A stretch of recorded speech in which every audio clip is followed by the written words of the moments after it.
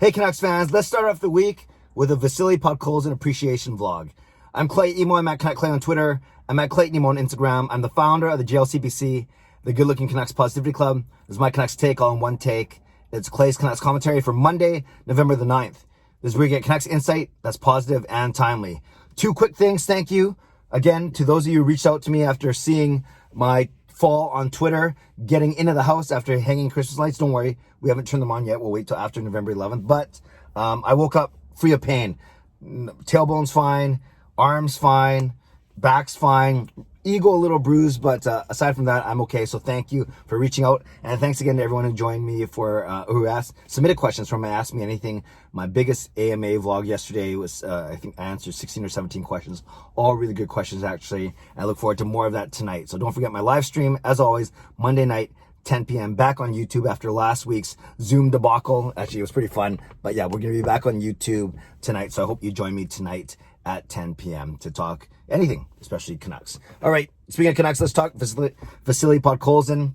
He had an awesome Karjala Cup. I say Karjala because I think the J is indeed silent in the Finnish language. I think of Oli Julevi, it's not Oli Julevi. So we'll go with Karjala, but who knows? I butcher everything, but it's Karjala, named after the lead beer sponsor in Finland. Anyways, they had the Karjala Cup, an annual tournament, and they had it over the weekend, and it's the four friendly European countries, Russia, the Czech Republic, Sweden, and Finland, of course, the host country. And Russia ended up winning the whole thing, and what's notable about that is a couple things. Number one is Vasili Podkolzin, our 10th overall draft pick in 2019, first rounder. He was the captain of that team, which is outstanding. And number two, the Russians sent their U20 team, so a team of all teenagers, as opposed to the other three teams who had a mix of pros, mostly pros and amateurs on their team. Traditionally, we'll just wait for those sirens to pass. Yes, traditionally, these teams have professional players on them. Maybe they're not NHL players, but they're playing in pro leagues, so they're men. Basically, they're professional men. So for a team of amateur teens from Russia to win this tournament is very noteworthy, and it's great. It's really good if you're following a guy like Podkolzin.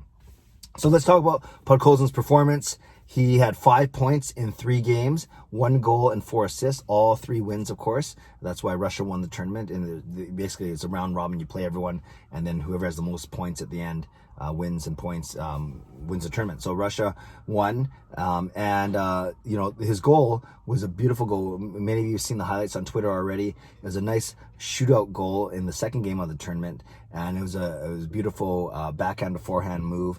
And so Podkolzin showed some offensive upside in getting 5 points in those 3 games. So that's a great thing that Podkolzin showed that skill. We know his reputation. We know how hard he works on the defensive side, how he's hard to play against. He works really hard, goes to the dirty areas, and does things that help his teammates out. So it was nice to see both sides of his game throughout the tournament. His offensive side and his defensive side. Offensive side with that 1 goal and then 4 assists. He's a really good playmaker, actually. And that's why he projects to be a top 6 forward, which I'll get to in a second. So overall, a really, really good tournament for him. And let's look at a couple other why it's really important. He was the captain of the team, so it wasn't just like he was one of the players on the team or role players on the team. He was the captain, expected to be the leader on and off the ice, and to lead his team of fellow teens to a victory in this tournament. Got to do well for his confidence. Got to do well for his confidence heading into the World Juniors, which will be another a much bigger international stage for him. So I can't wait to see what he does at the World Juniors. And of course, when he goes back to his KHL team, hopefully it gives him a little more confidence. Who knows if the coach will, we've talked about this before, the challenges of getting playing time on an over-rostered KHL team, but who knows if this earns him more playing time with the coach on his KHL team. But I think this performance, and in particular the World Juniors probably next month, they will probably put any kind of fears to rest. I never had worries about Podkolzin. You always want to get more ice time. You always want to be more dominant in the KHL. But you got to remember, you got to kind of look at the situation that they're in right now, and the coaches in their team is in, and everything like that. And we've talked about that before on this channel. So what does that mean going forward for Podkolzin? Well, we have high hopes for him, obviously. 10th overall pick. I was there at Rogers Arena when Stan Smeel absolutely butchered Podkolzin's name when he announced it, but still. And when I look at my footage from the draft last year, you see there's like a bit of a what? A bit of a kind of perplexed groan, and then it turned into cheers. Because people remember that he was ranked in the top 3 with Hughes and Cackle last year, as top 3 prospect. And then from the spring onwards, he started to fall a little bit because of worries about his inconsistent play, whatever it may be. So I thought, I thought to get him at number 10 was quite a steal, actually. And he can prove a lot of people wrong when he joins the club. Now, when's he going to join the Vancouver Canucks? Well, that's the tricky question, because he's got to finish. He's under contract with the KHL for one more season, this season. But their regular season ends at the end of February. They'll probably make the playoffs. So then playoffs start in March, but they could be done as early as April. So depending on when they get booted out of the KHL playoffs, you could see Podkolzin join the Canucks this season, in the middle of the season. And if there's a World Championships, you got to wait for that to end. But if there's no World Championships, then he can get to us even sooner. So all to say, there's a chance that we'll see Podkolzin in a Canucks lineup, in a Canucks uniform, by the end of this regular season, which is pretty darn exciting. So then the question is, well, where do you put him in the lineup?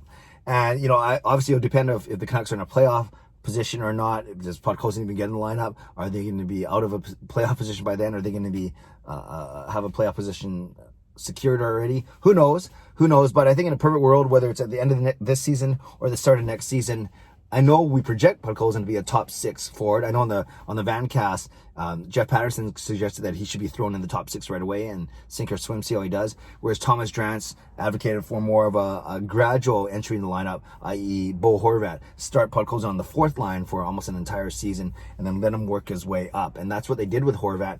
And we saw how it helped Horvat's.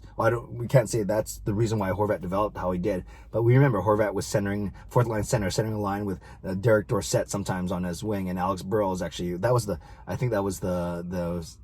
the opening line 2 or 3 seasons ago on the 4th line. And now we see that Horvat is maybe 3 or 4 years ago. And now we see that Horvat is our bona fide number 2 center. So that'll be an interesting thing to look at as well, is when Podkolzin does come over. Of course, it depends on everything, where the Canucks are, where Podkolzin is, who his line mates are going to be, all those things.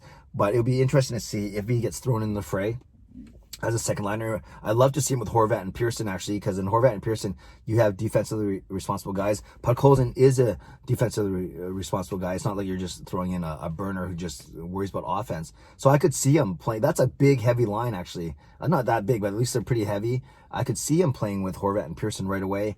Or do you start him on the 4th line with like a Mott or a Beagle or a Sutter or a Roussel or a Harlech? We'll see. But we can worry about that later. But that's something that I'm looking forward to as well. So all to say, to start this week off, just wanted to show some love to Vasili Podkolzin. I know he's been a little bit,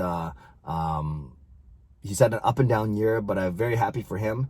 Very happy for the Vancouver Canucks as they see their prize draft pick from 2019 being one of the stars of the Karjala Cup. And hopefully that leads to a big World Juniors tournament, and then some confidence heading into the stretch run of the KHL season. And then who knows, we might see him in a Canucks uniform by the end of this season. And wouldn't that be a pretty wonderful sight for our Canucks eyes, so to speak. Canucks fans, let me know what you think. Where do you sit on Podkolzin right now? Have you always been fine with him? Like, not too worried? Recognizing that his KHL development was going to be a bump in the road. We knew that it wasn't going to always be that smooth. Have you been worried? Not worried? And if you were to put him in our lineup, say at the end of the season, do you put him in as top 6, try in the second line already? Or do you kind of ease him in and let him work his way up the lineup? Just some things we can talk about. Leave a comment below. I love to read, react, and reply. Subscribe if you like to. Like this video if you like to. Stay safe, stay healthy, take care of yourselves, and take care of each other. God bless, and go Canucks go.